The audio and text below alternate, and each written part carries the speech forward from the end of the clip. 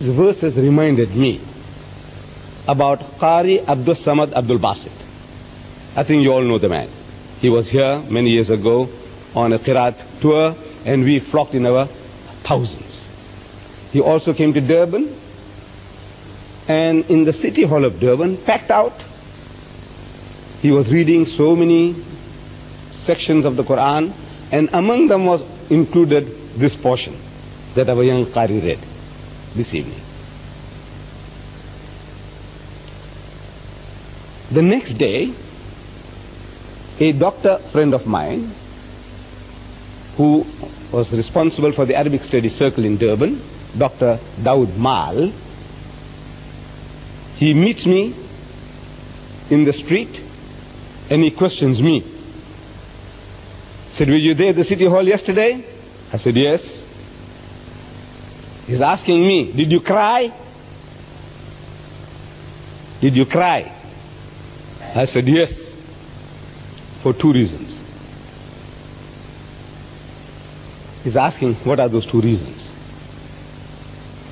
So I said, you see, I don't know Arabic. I don't know Arabic as a language.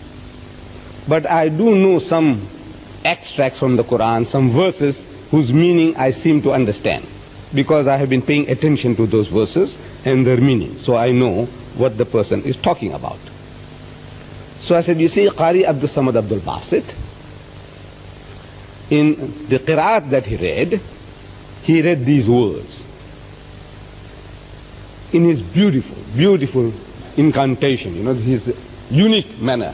People describe it as a voice from heaven. His voice was a voice from heaven. His breath control, unequaled. A man who can keep on reading for 2 minutes continuously without breaking his breath. Breath control,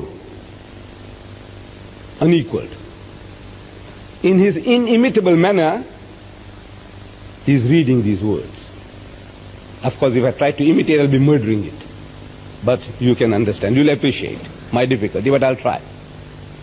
He's reading, لو أنزلنا هذا القرآن على, his usual way.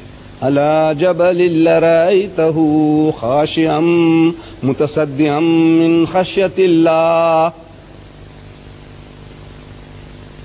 When he's reading that, when we understand the meaning, he's saying that if this Quran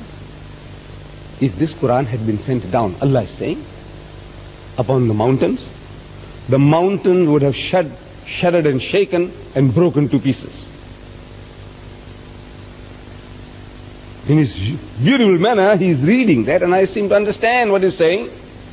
And then he changes his tone.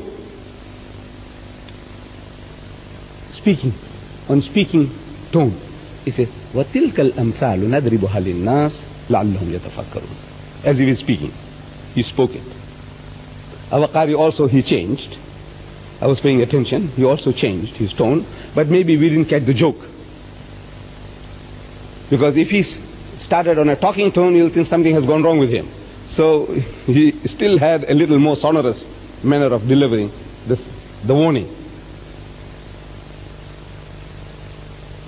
That we are telling you this, Allah said, that you may imbibe some lessons from this, that you may think. Again he starts, لو أنزلنا, in his usual 2 minutes. لو أنزلنا هذا القرآن على جبل لرأيته خاشعا متصدعا من خشية الله. 1 breath, 2 minutes. Then he says, وتلك الأمثال نضربها للناس لعلهم يتفكرون.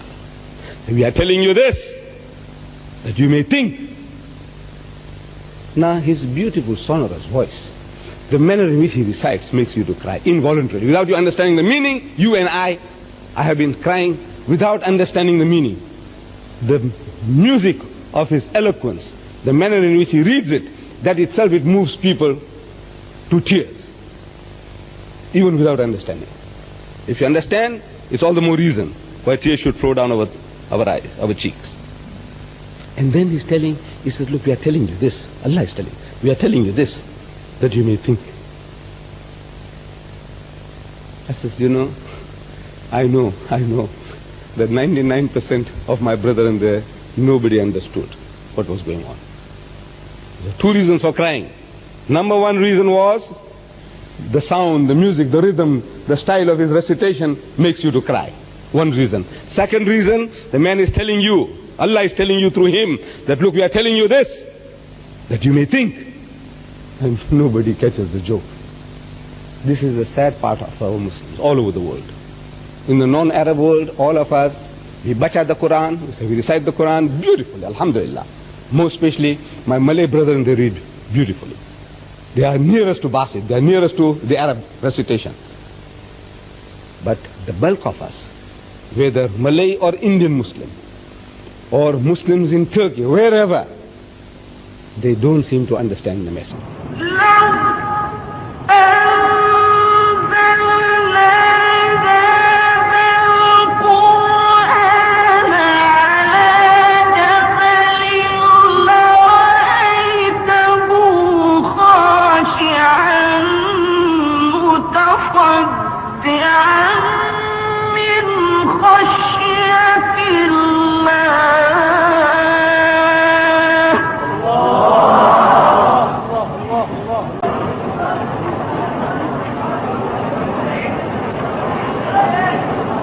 وتلك الأمثال